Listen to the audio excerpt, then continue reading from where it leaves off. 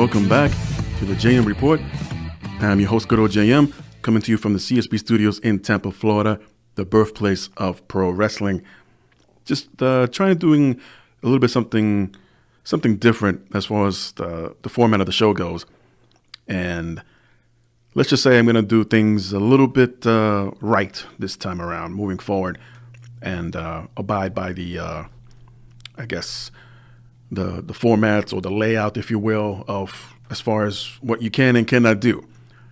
So obviously I'm not one of those big time YouTubers or social media celebrities, if you will, and that's okay.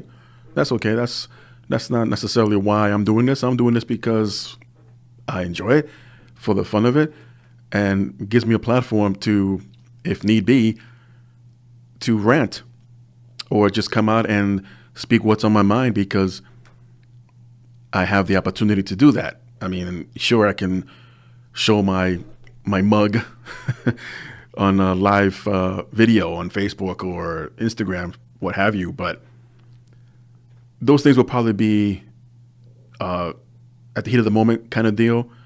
Usually when I come here, it takes about 6 to 7 days, more or less, to bring this week's in pro wrestling news and give my opinions about it based on multiple sources, to give the facts out unless proven otherwise. But I thought about it the past few days, and considering, I've gotten a few emails from YouTube, and no, I'm not in trouble, as they pointed out several times, but better safe than sorry. So unless I need be present the show differently like I used to, then I'll go for it. But even then, there are certain ways to do so. I'm sure many of you are aware of what I'm referring to, and I'm not going to get into that here because this is not the platform for that. But just want to give everyone a heads up, just in case if at least the beginning sounds a little bit different. And even that's something else I'm working on, among other things that I got going on. Currently continuing my documentary project with WXW. That's for those who don't know, that's the Wild Samoans training center out in Mineola, Florida.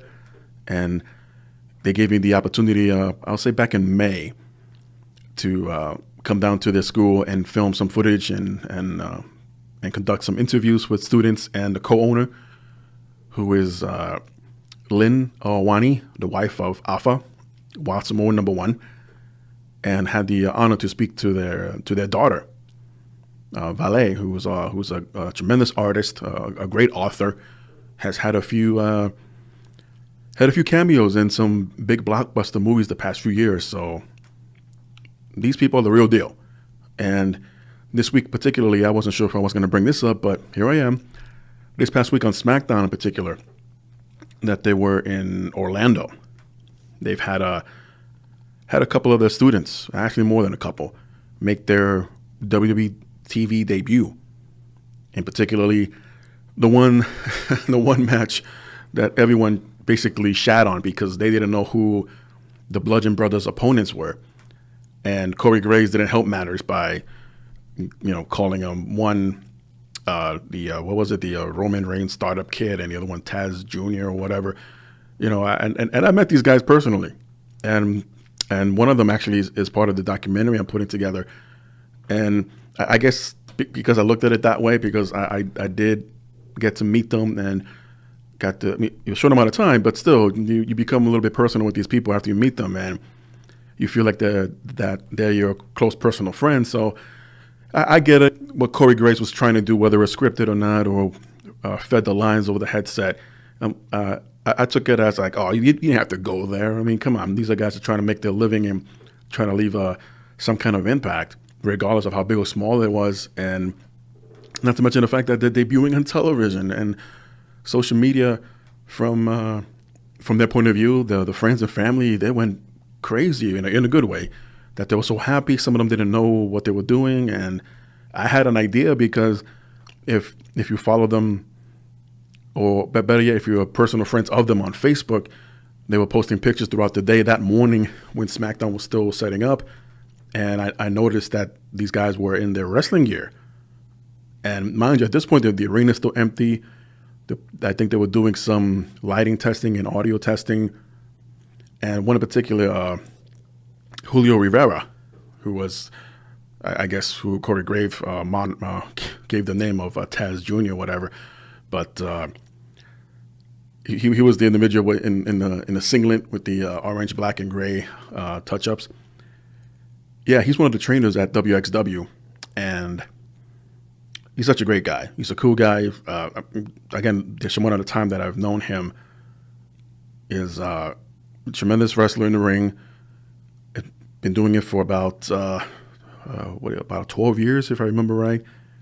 And it basically it's really come a long way. I mean, he tried doing other things before for a career, and for whatever reason didn't work out, or he just pursued something that, well, let's face it, at one point or another, you watch something for so long that you want to try to see if you can make it, try to see if you can do that. And he got into it.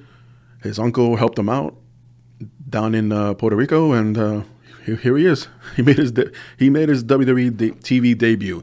And even if it's a one-off, I'm pretty sure that's going to last him, that memory, that experience, those moments he had backstage and after the fact, it's going to last him the rest of his life. Also debuting during the segment of The Miz, where he was, quote-unquote, at the Miz and Mrs. On-set location bullcrap. And this is twice in a row that they've done this, and obviously in the same arena. They couldn't even set up, or better yet, go to a different setup, whether it's down the street or maybe at a legit hotel room or someone's house. I mean, they spent the past couple of weeks in Florida for Raw and SmackDown, and a lot of those guys live out here. So you mean to tell me not one of them that could have lived the closest to use their living room or backyard or something, make it look anything but the arena? So anyway, Miz had 2 security guards with him. So from the TV point of view, facing the screen, the gentleman to the far left, that's Tony Ice, also student at the WXW Wasserman Training Center. And he's also part of the documentary I'm putting together. And I reached out to him personally to congratulate him. This was his second appearance, actually, on SmackDown, when Miz was doing that, again, on location setup. And they were the same 2 security guards. I unfortunately do not know who the second individual was. He might have been a local talent as well, but again, I didn't recognize him. But the segment between the Bludgeon Brothers this week and The Miz before he got into an altercation with Daniel Bryan, again, I cannot be more happy and proud for these guys. Again, even if it's a one-off, who knows, but there's always a place for them in NXT whenever the time comes to, as they will put it, shake things up and reach out for more talent from different parts of the world. Also, going to apologize if you hear any background noise. There's a thunderstorm coming. And the other noise is, no, I'm not hungry. It's just this squeaky chair that I'm sitting on. And it does make it sound like as if my stomach's growling. But no, that's not me. It's the chair. I had a nice big bowl of cornflakes before I got here. But I'm pretty sure I'm going to end up changing this chair at some point. But you know what? Let's get right into the news of this week. And bit of a slow week compared to last week, but at least a little bit more, well, not entertaining. That'll be the wrong word to say. But a couple of, injuries for sure.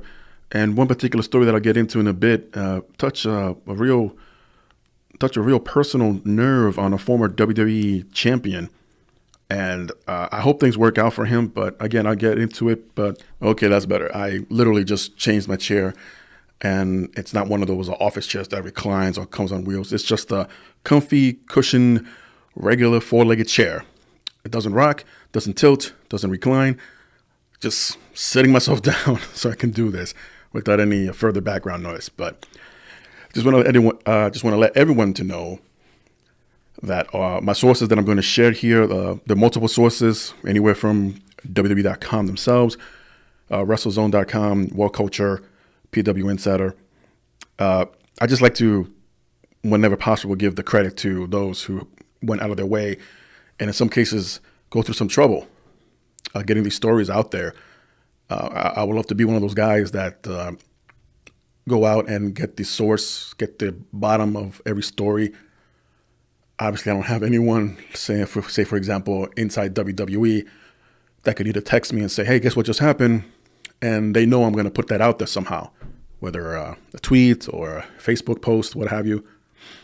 So, fair is fair, and I don't want anyone to think that I'm stealing anyone else's work. That's what a lot of podcasters do. That not that this thing, let me rephrase that. Not that other podcasters are stealing other people's work, but sometimes when a report is out and written in text form online, many people read it verbatim.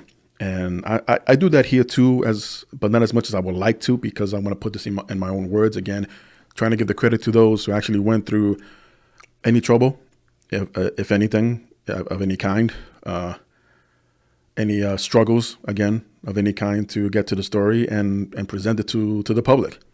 So, again, I don't want to, I guess, plagiarize anyone for their work and coming here and make it sound like as if I know exactly what's going on. So I know this is not something normally a host or a podcaster would do, but, this is the kind of guy I am.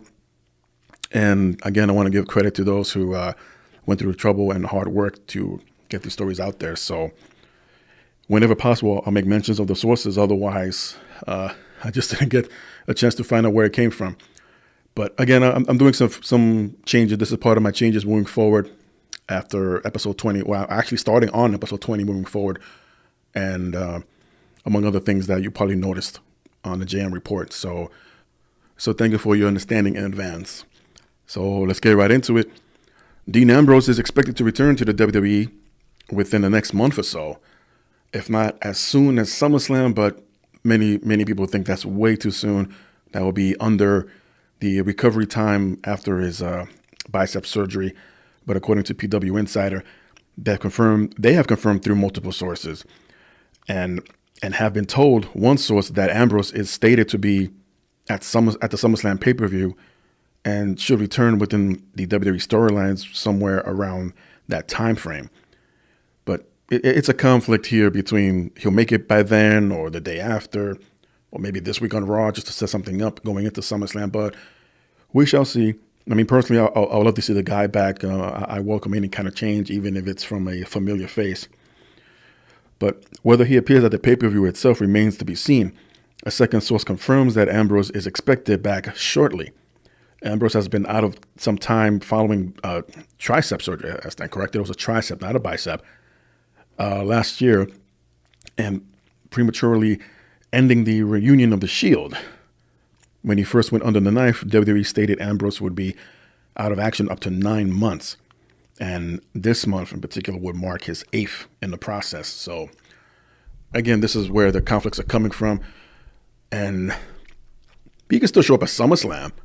Maybe not get into a physical altercation, just cause a distraction. Maybe during the Intercontinental Championship match between Seth Rollins and Dolph Ziggler, because Ziggler has big Drew McIntyre outside. And we haven't seen Jason Jordan come back or get into the mix where Seth Rollins again. So maybe they're holding off on that a little later to have Ambrose take that spot instead, because lately Rollins has been outnumbered. But again, time will tell. I don't want to confirm nor deny this because that's exactly what it sounds like with these multiple sources based on PW Insider. And it's a conflict right now. It's heads or tails, 50-50. And any appearance or return prematurely would have to be this coming week on Raw to shake things up again, heading to a SummerSlam.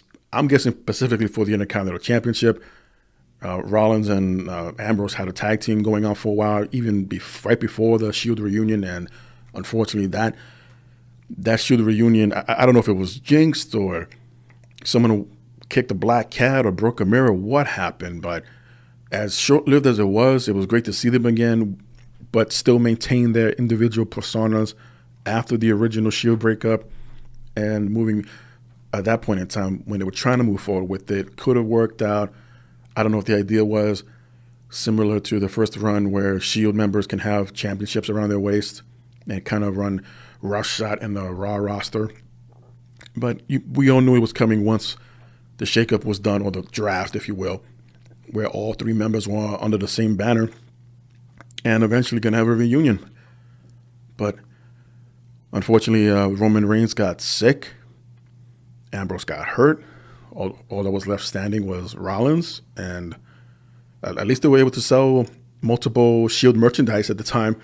So some plus came out of it. They got a little extra money, got that extra bonus check.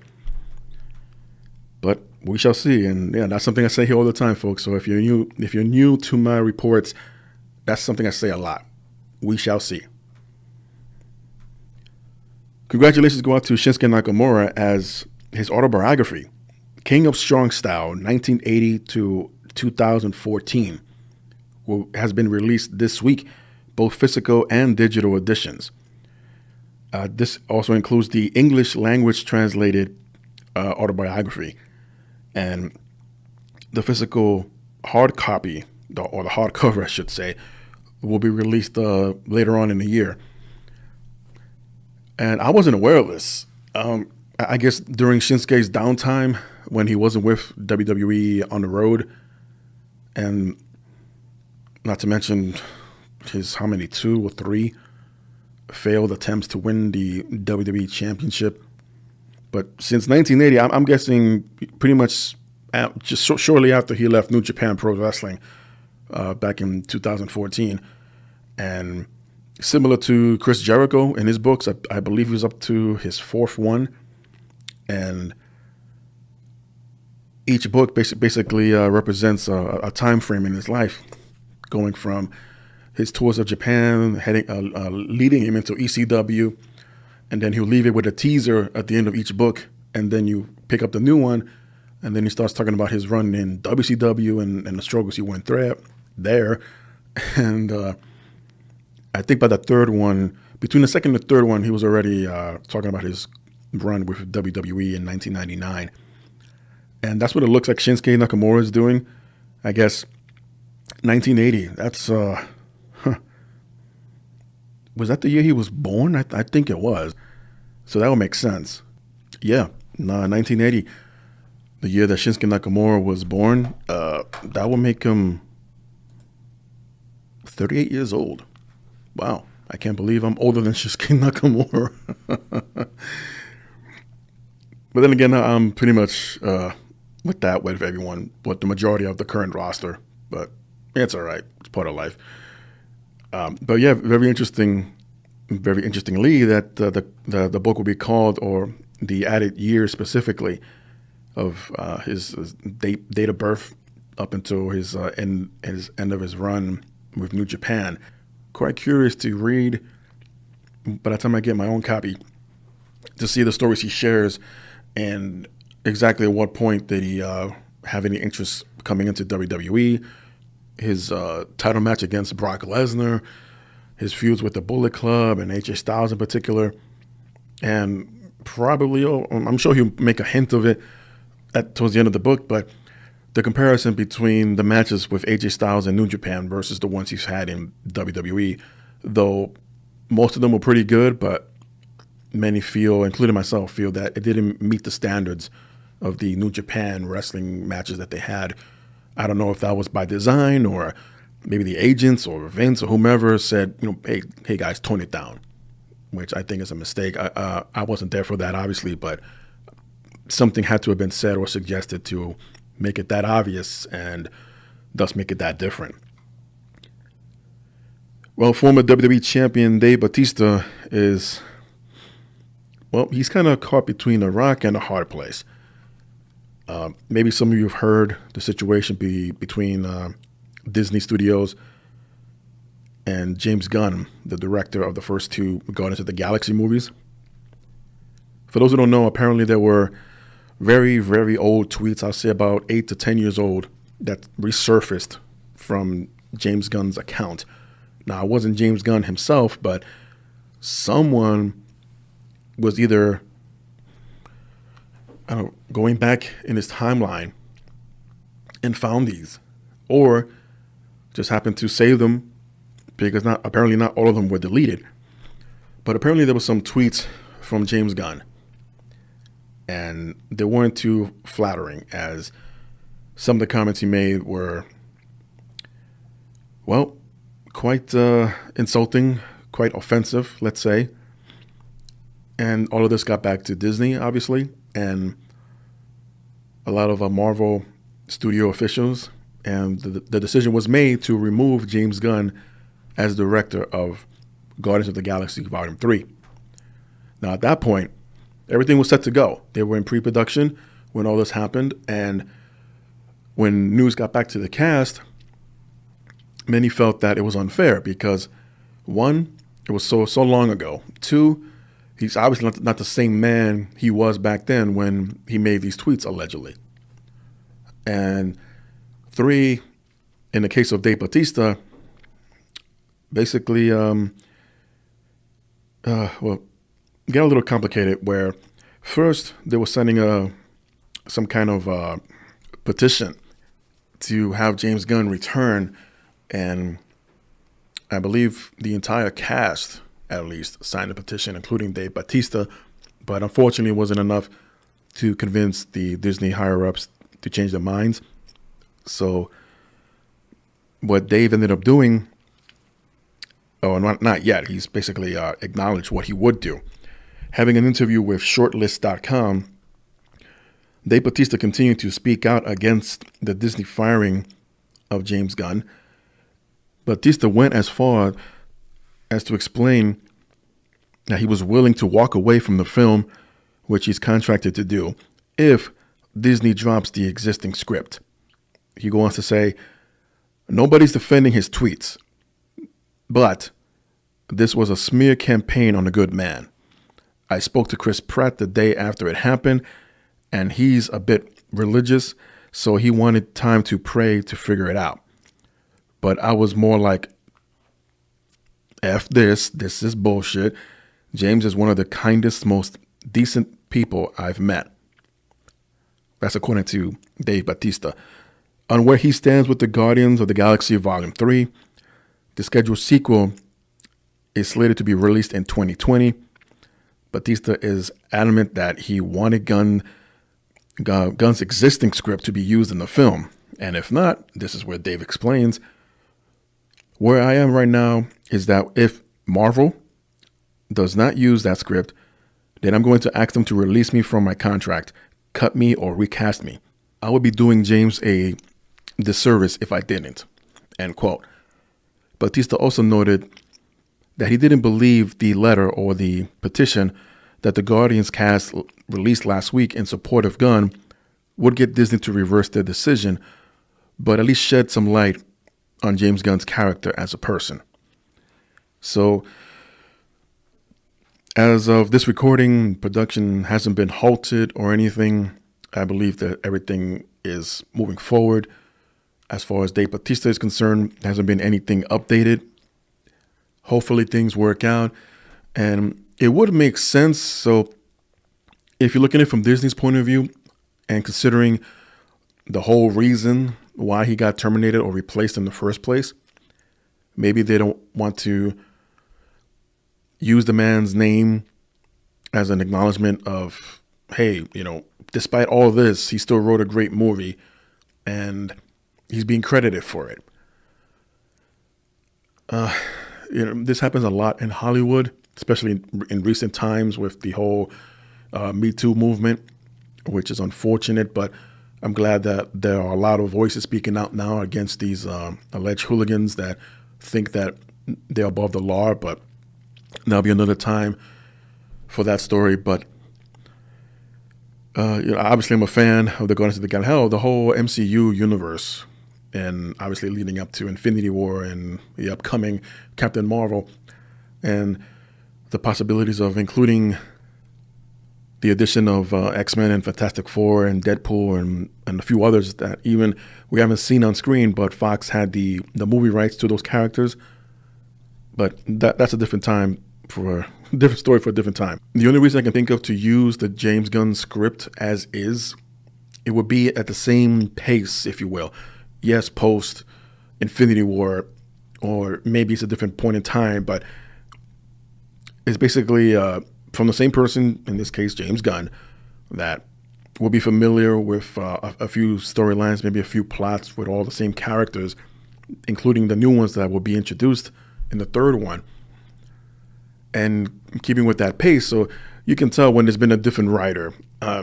Matter of fact, not to go way off topic here, but I recently binge watched all of the Underworld movies. I believe that there are only 5, with Blood Wars being the last one, or at least the most recent one. And up until the third one, it was always the same writers and using the same cast, even though Rise of the Vikings was a prequel, but still kept in the same universe, if you will, kept the same storylines, timelines, where the characters of the first one were introduced, then we backed up a little bit by the third one to have a better understanding of what's happening. And with the last 2, you could tell it was different, not only from settings and production, but the Selene character just did a whole 180 and is completely different from when we first saw her in the first film.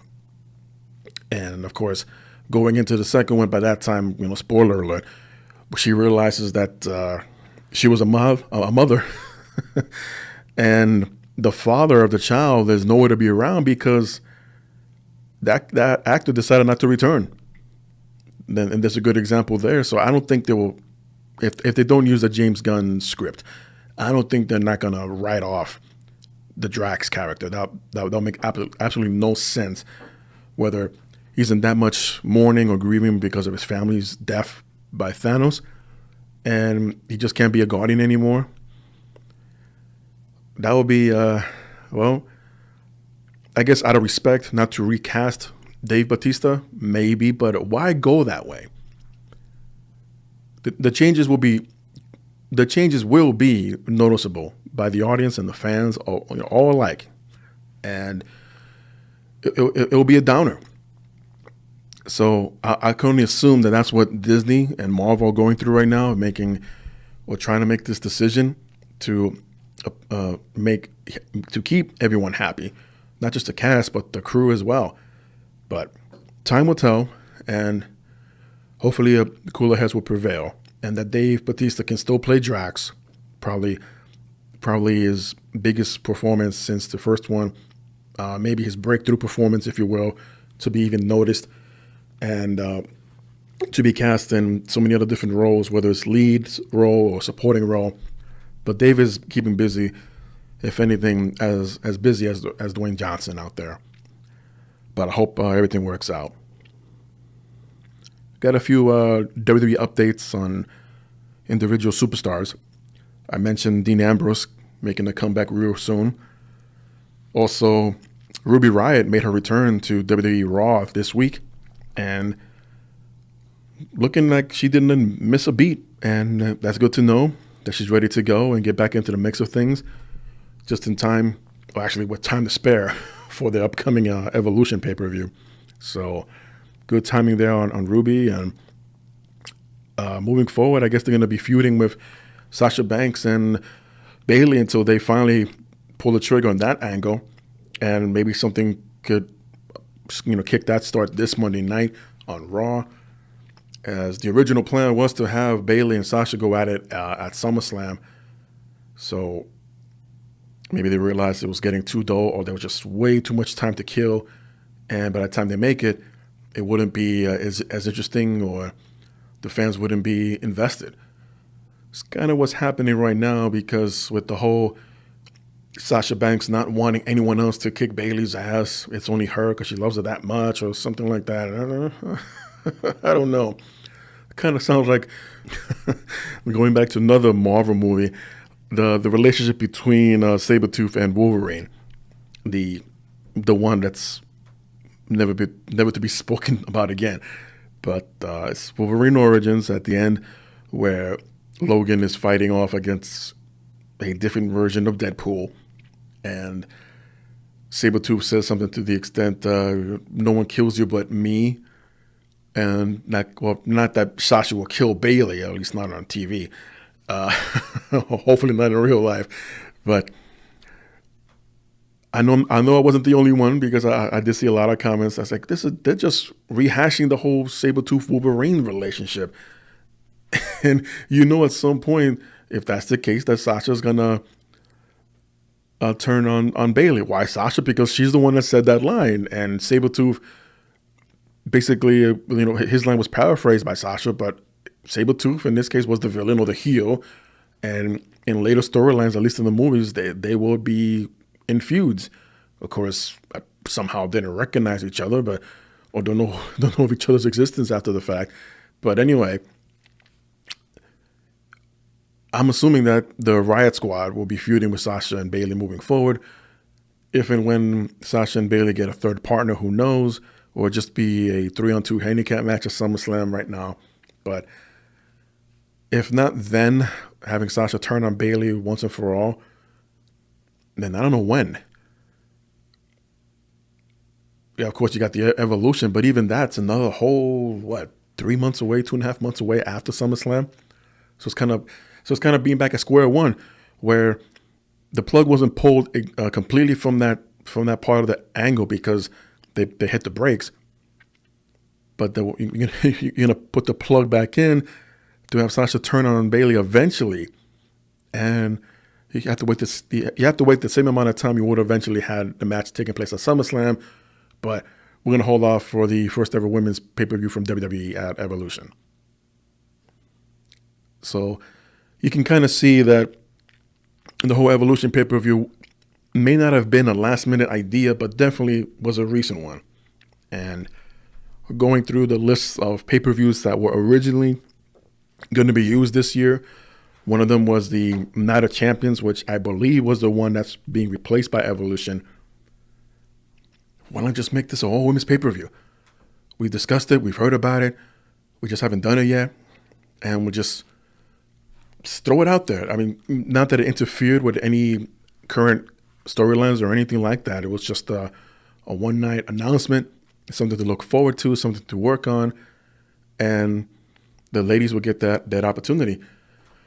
But it's kind of coincidence that some people have to see it coming, at least the creative team or the writers. So let's just slow down this angle, let's slow down that one, we'll just stop it all together. Alicia Fox just recently returned to the roster after her brief suspension. And was she injured as well? Well, she was definitely suspended for the whole altercation with Ronda Rousey's husband during WrestleMania weekend. But that was back in March.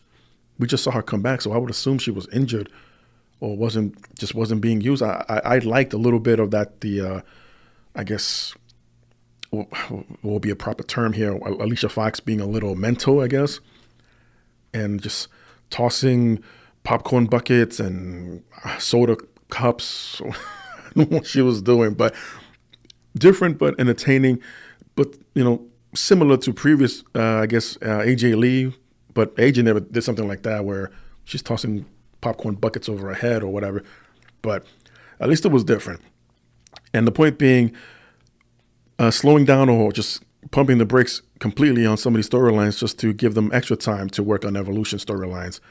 And you know what? It makes sense. I don't know if anyone else has ever analyzed it that way, or it's just complete coincidence. Either way, there's still plenty of time to come up with something for the eventual Sasha Banks and Bailey breakup. And more than likely, it'll probably happen at Evolution.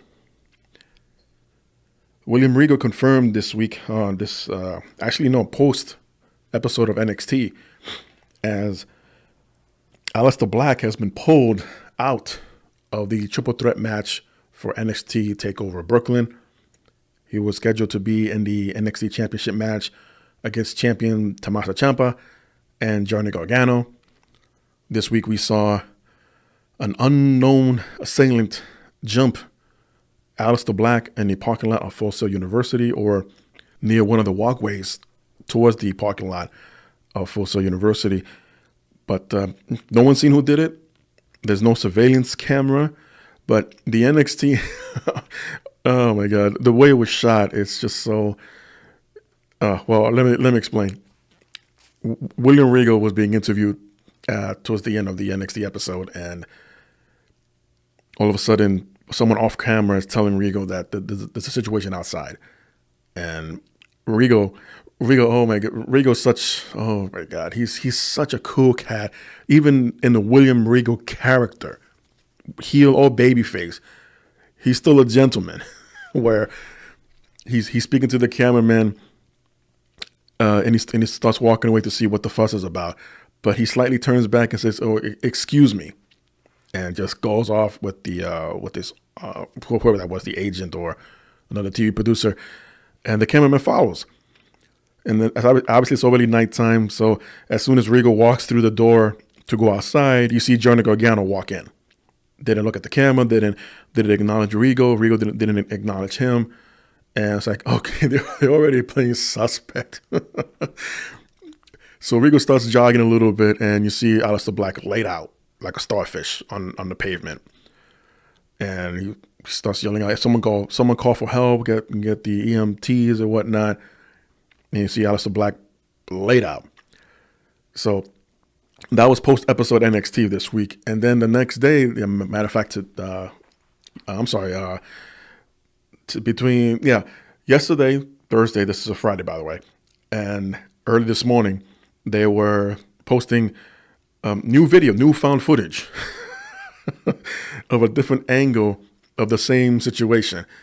And it looked like some of the NXT wrestlers were packing up their cars and leaving, or just hanging around near the parking lot. And you see Tommaso Ciampa just walk by. Again, doesn't acknowledge anyone, but he's holding and hugging his NXT championship belt and just walk down the middle of the sidewalk. And this is happening in real time, where you see in the far background William Regal jogging towards Aleister Black's body, and you hear from like a level up, because Regal was on a sidewalk and there were like a few steps up, and there are plants and potteries in the way. And the new footage shows and hears William Regal calling for help. And again, everybody's a suspect if you're following the Scream logic here, that we don't know who jumped Aleister Black. From the first footage, which I'm sure they're gonna detail the hell out of this on this week's episode of NXT, just to find out who was it that jumped Aleister Black. Now, they can't go the same way as they did back in 2002 with the whole Triple H and Shawn Michaels thing, because they used surveillance cameras there, and it just happened to be pointing exactly where Shawn was standing when he got jumped, even though it occurred off camera. But somehow these still positioned cameras was able to move off to the right or whatever it was and pick up Triple H standing there. When I'm like, cameras are not set up that way. Not even if you zoom in or out. If it's surveillance cameras, when they're set up and they're not rotating, they're set, they're placed, then they stay put. They don't move to the right, left, up, down, in or out. What you see is what you get. But I guess technology back in 2002 was a little different and used a wide angle lens. Well, whatever. I don't think they can do something like that this time around, because it will be too familiar, even though there are more potential suspects involved. But I don't know if William Regal is going to call out everyone that he saw on those videos to the ring and ask them what did they do, what were they doing besides what we saw them do on video, and just to find out who's responsible for taking out Aleister Black. Wouldn't surprise me if it ends up being no one on the videos that are shown, and it's going to be someone completely different, maybe waiting for their NXT debut, maybe who was making all that fuzz last week? Matt Riddle. Maybe we'll find out it was him that attacked Aleister Black, which is ironic because there were rumors. Well, there were rumors, and then there's no telling exactly where they came from.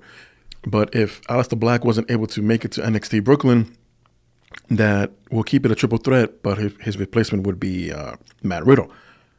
Obviously, they didn't go that direction, as now the NXT Championship will be defended in a last man standing match between Tommaso Ciampa and challenger Johnny Gargano, which should be the final curtain, if you will, on their feud, if the plan is to move forward, and if the plan is to put the title on Gargano. They had to find a way to take it off Black first, and move forward with Ciampa, who is the most hated guy right now on all of pro wrestling. I mean, legit nuclear heat, as they say, and face off against his arch nemesis, who was also his former tag team partner in Johnny Gargano. So a last man standing match fits.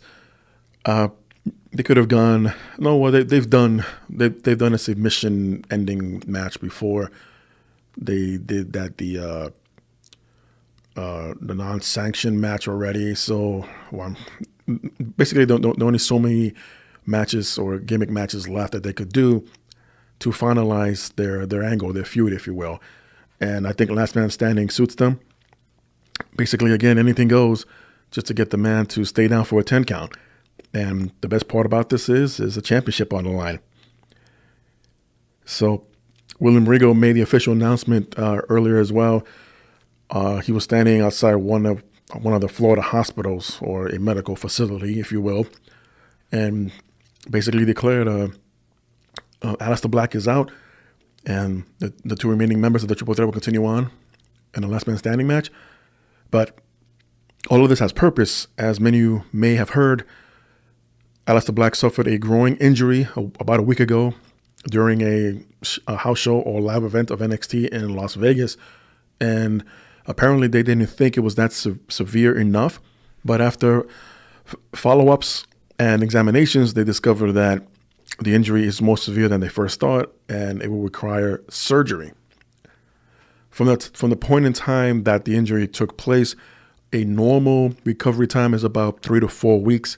So it was going to be a hit or miss if Aleister Black was going to make the deadline for NXT TakeOver. So rather than just risk any further injury or place him in a match, and I think I explained this last week, or I know I mentioned it up somewhere in conversation at some point in time. Do something similar like SummerSlam 2000, Triple H, Rock, and Kurt Angle, where Triple H was about to pedigree Angle through a table, the announce table, and it gave way prematurely, and obviously unplanned, and didn't see it coming. So Angle had no time to prepare himself to land properly or take a proper bump, and he suffered a concussion for it. And this was very early in the match, and he was taken out from that point and then returned to the end, where a good 10-15 minutes already flown by. And I was going to assume they would do something like that, just take out Aleister Black out early, have him nothing to do with the rest of it, maybe have some kind of influence for the ending, but eventually keep it Gargano and Ciampa for the championship. But better safe than sorry, I guess, and different times now, obviously. And just remove Aleister Black entirely, recover properly from the surgery, and return when he's ready. This next story kind of broke my heart a little bit because, well, I made mention last time, Maria Kanellis was making her comeback, and she posted an Instagram video along with husband Mike Kanellis as they were heading towards Orlando's Performance Center. Maria expressed excitement, but at the same time nervousness, but was very confident in herself that she can pull it off. That being to be able to train for in-ring work and eventually return to the main roster. And this is just a couple of months removed after having her first baby early in the year. And of course, proud mom and dad would like to continue on with the regular routines and their careers in pro wrestling. And obviously the bills are not going to pay themselves after a certain time.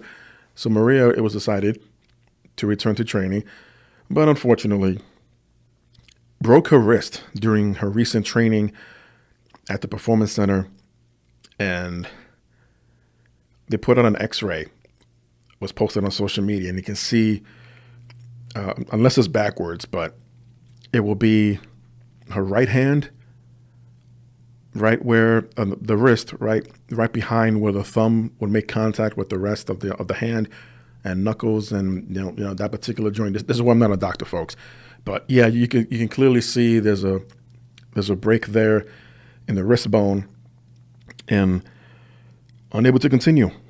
And Maria was still aiming to be back in action by the time Evolution rolls around. And she put out a statement later on that she's still shooting for that. And broken wrists, well, I've had a broken pinky before, and they told me it would take about 3 months to fully heal. And between now and Evolution, it sounds about the right time. But again, even if she does make an appearance, I don't think it will be an in-ring performance. Again, better safe than sorry. Maybe if they do one of those segments where they acknowledge women from the past and present, Maria can be announced similar to how Raw 25 was when she was very, very pregnant back then. But it's unfortunate because, you know, I was one of those fans that were really rooting for Maria to come back, especially after returning to WWE a year ago and the trials and struggles that Mike Kanellis went through. And to see him in such tremendous shape now and really getting himself together, conquering his demons, if you will, you know, it would have been a great couple comeback story, if you will. And on top of that, having a child recently. And if that's still the plan moving forward, then obviously they have to hold off, make sure Maria is 100% healthy, and they can do that later on. Last I heard, they were, what team were they on? I know they were on Team SmackDown, but they since Mike Kanellis made his comeback, he had a few dark matches for Raw, so it's kind of confusing exactly where they stand.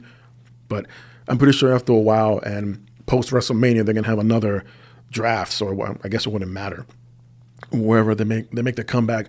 But either way, hopefully that the plan moving forward that is that they still make that comeback story and have them as baby faces. I mean, it'll make sense. Everyone knows about Maria's motherhood and Mike Kanellis' struggles because it's all been posted online for the public to see. Speaking of babies, Carl Anderson of the Good Brothers and his wife welcomed their fourth child, Cash Anderson. The announcement of the birth of the new baby boy this week, and the doctor who delivered the baby went as far as to call him as a miracle boy or a miracle baby, because according to Carl Anderson, who shared it on his Instagram account, the umbilical cord was wrapped around his neck twice and a tied knot in the middle. He shared the story also via Twitter. That's scary. Now, he didn't go into detail whether they knew about this or they were aware of this towards the actual birth, or if there were any examinations leading up to see, any sonograms to see if that was the exact case. But that was a very dangerous situation where during birth, even after, the umbilical cord is wrapped around the baby's neck. Obviously, they're not going to get any oxygen. And again, there were no further details of this, but I'm glad to hear things worked out and the baby is doing really well. I would assume by this recording that they've gone home, but something like that, you have to keep an eye on. Maybe there was an overnight or two observation from the doctors at the hospital just to be sure. But again, I'm really glad for the Anderson family. I didn't know he had this many children, but hey, the man is happy. He's done all of the recent world tours with WWE. He's in another person who's getting into great shape, really taking care of himself. And whether it was an eye-opener for him to do so because he knew there was another baby coming, he's doing really well for himself, Carl Anderson, that is. And hopefully we'll get to see him and Luke Gallows back on TV real soon. Another follow-up for an injury, this one from WWE.com. Sami Zayn went into surgery for his left shoulder earlier yesterday to repair a torn rotator cuff. And Sami Zayn revealed on social media that a tear in Sami's right rotator cuff was surgically repaired back in June. So now the left one had to go under the knife. And despite the dual surgeries, Zayn seems to be in good spirits based on his Instagram post where he said, "Whoever said bilateral rotator cuff surgery wasn't fun. I get to wear a gown. Yes, it's good to see Sami Zayn in good spirits. Man, who goes through a double rotator cuff surgery? Obviously, not back to back or one after another, but to do one and okay, you're recovering nicely from it. It seems to be healing properly. Okay, let's set up the next available appointment for the other one to be worked on. I guess Sami Zayn does. And when I first heard about that, I was like, that's got to be crazy.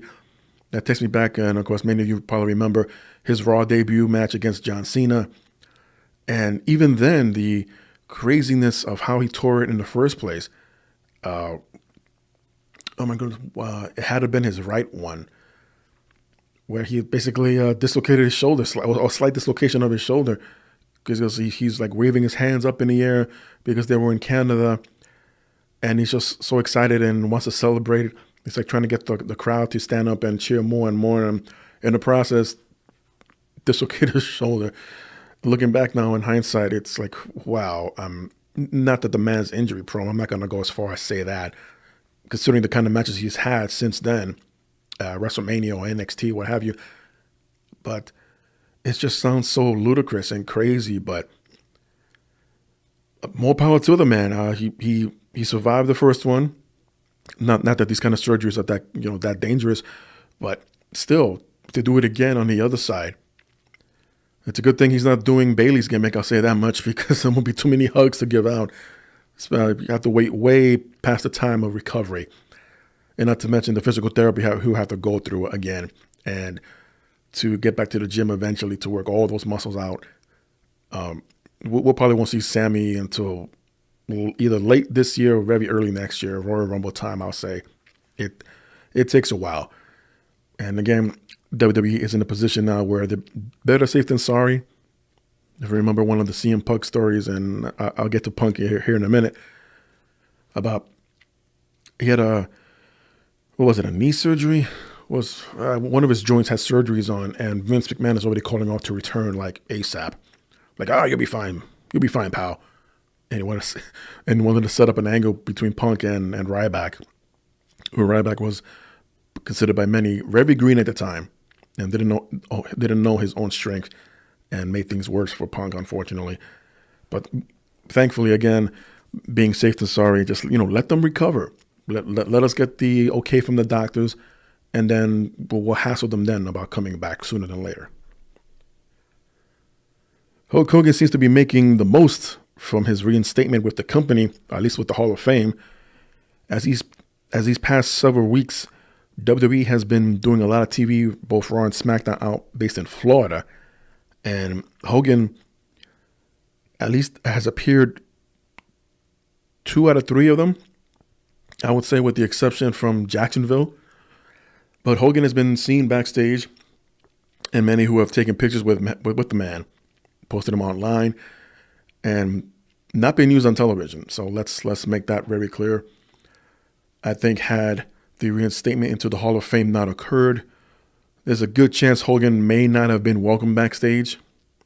But despite all of the comments made by some that were in attendance of the Extreme Rules meeting, where Hogan came out and tried to apologize, and unfortunately probably didn't use the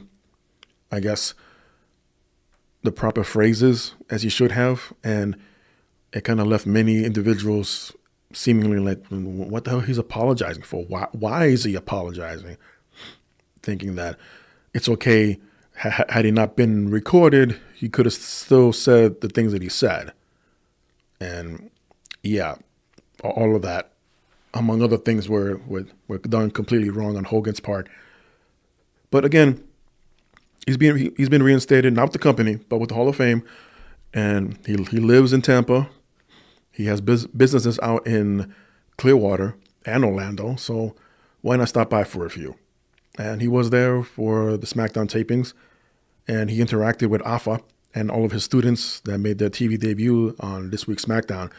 So again, more positive comes out of this. Again, despite the comments, I'm not trying to choose either side or who's right or wrong.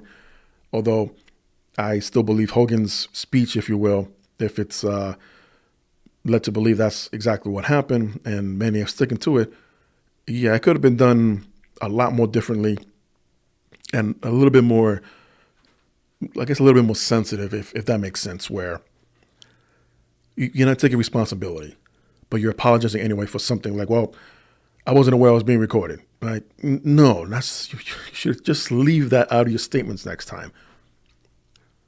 We're aware that you weren't aware that you weren't recording. That's beside the point. And that's what Hogan's missing. I guess we'll try again. But again, Hogan taking advantage of his reinstatement here, not being used on television, probably not anytime soon, or whenever the WWE decides to release that network special that they were filming during Extreme Rules, and to see if any of that footage is going to be used during the apology to the entire roster. Time will tell. The Mae Young Classic Tournament has begun their TV tapings this week, and I already hate it. I didn't get into spoilers, and I'm not going to spoil anything here, at least not anything that has already been announced in the past couple of days. But it was under the impression of many, including myself, that Mauro Ranallo was going to be part of the commentary team. That's not the case, as we saw during the social media special, if you will. It's not on a network, but where they announced the Parade of Champions, where they were announcing all the participants for the Mae Young Classic Tournament, all 32 women. And we were introduced to the commentary team of 3 individuals, one being Renee Young, which is a plus, Beth Phoenix, and Michael Cole. Why? I ask, why?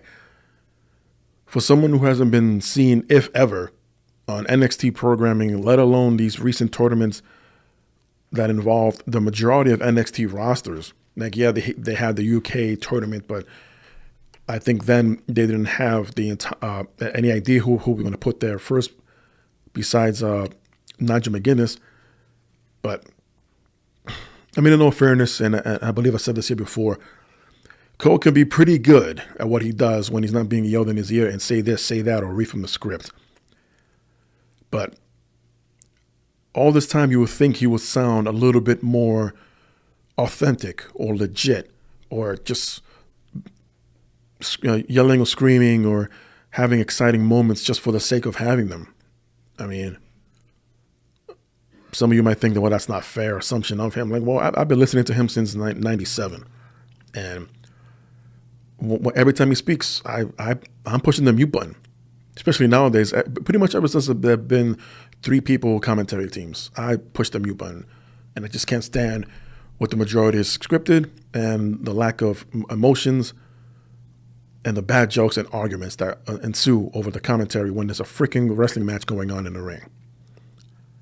I don't have to have the mentality or the mindset of whatever goes on behind the stage or behind the scenes or this production meeting, creative meetings or whatever, that I have to think the way Vince does to appreciate or enjoy anything that goes on my television screen. Sure, a lot of it took place during the Monday Night Wars, during the Attitude Era, even before that. Even before the new generation, during a time when that place was still called the Federation. Gorilla Monsoon, Bobby Heenan, Jim Ross, Jesse Ventura. Hell, even Sean Mooney. Sean Mooney, who's not that emotional compared to someone I mentioned, but at least I think, okay, it shows that he cares, but doesn't go out of his way to get out of his comfort zone to be someone or something that he's not. Cole yelling and screaming and over-explaining, over-detailing, and those hashtags and those plugs. It's too much. It's too much. Talking about things they toned down or looking to what to cut back on budget. You know, it may not cost money, but that's something they should have looked into and cut back on these freaking hashtags. We can see it on the screen. We can see the tweets that are being scrolled during a match that takes away the attention, but they're there. And the constant reminding, oh, by the way, SummerSlam's coming up. SummerSlam this week, it's free for new subscribers, blah, blah, blah, blah. Oh, okay. I thought it was bad when they were actually showing us, explaining how to download the app to your iPhones or your smart devices or on your smart TVs. I'm like, you're really going out of your way in a 3-hour show to show us how to download an app. If that's not insulting the audience's attention, I don't know what is. Or insulting the audience's intelligence, I don't know what is, because maybe times have changed, or their way of thinking that worked for so many decades is different from mine through the training I went through. And one being is you don't want to overdo anything. But what do I know, right? I'm not the one being paid or going to be paid something like $1.5 billion a year from now. And we'll see how to scramble that money. Probably not in a good way, but don't squirm shit. Let's move on. Yeah, matter of fact, we might as well get into the CM Punk story here. And I found this out late last night, and the documents are available online for the public to see.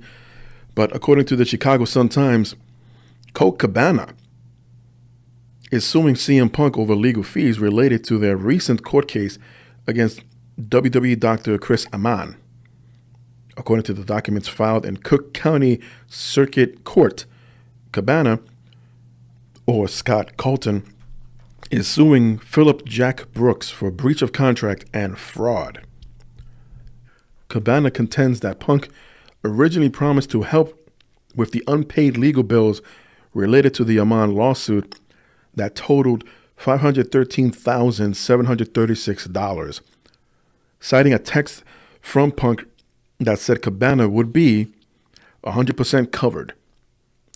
According to Cabana, Punk asked him to pay half of that, which comes to about $256,868, and told Cabana afterwards he was on his own.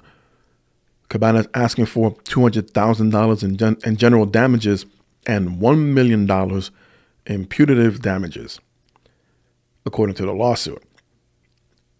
Cabana's filing claims Punk acted with fraud, malice, and oppression toward him with the deliberate intention of causing harm.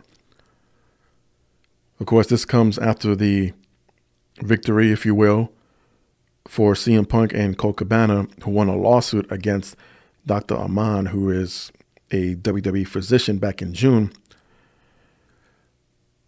That lawsuit was Dr. Amann claiming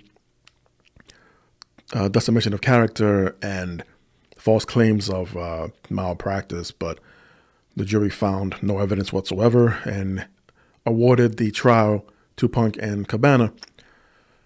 And it seemed at the time that everything was going to be okay moving forward. Punk can go back to his UFC training, but unfortunately lost. And Cabana can go back to his, normal routine of independent booking and traveling around the world and running his own podcast. It's a shame too, because before that trial went down, Colt Cabana and CM Punk were a bit on the outside, at least according to many online sources. Something along the lines where way before the trial, Colt Cabana attended I think just one particular SmackDown taping, went backstage and was mingling with many WWE superstars. And Punk got wind of this and was upset at his friend and basically, called it quits, at least their friendships. But when they were subpoenaed to appear in court and move forward with the trial, had to work together.